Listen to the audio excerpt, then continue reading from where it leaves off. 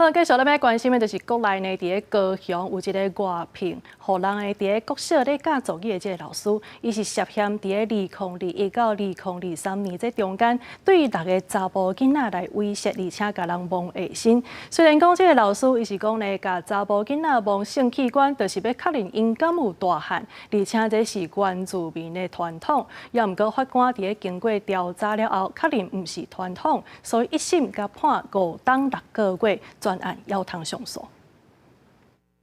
用网络课程教学生族语，这个外口请的细底老师也捌伫高雄几啊间国小教族语，涉嫌伫2021到2023这几年伫教学期间去摸查甫囡仔下身，甚至搁甲翕落来已经互送班。伊出庭的时说辩讲，摸人下身是一种原住民传统，长辈甲真久无看到的查甫囡仔摸是代表肯定伊的成长，但是原民会讲无这种传统。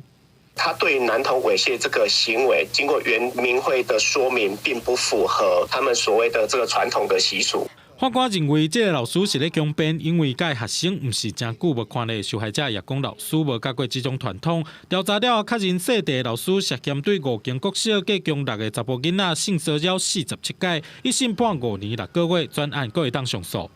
带着性别歧视，或者是会造成一些性别的不平等的一个因素的话，我们其实是有大人们或社会政策是有一些责任，我们要是针对我们的文化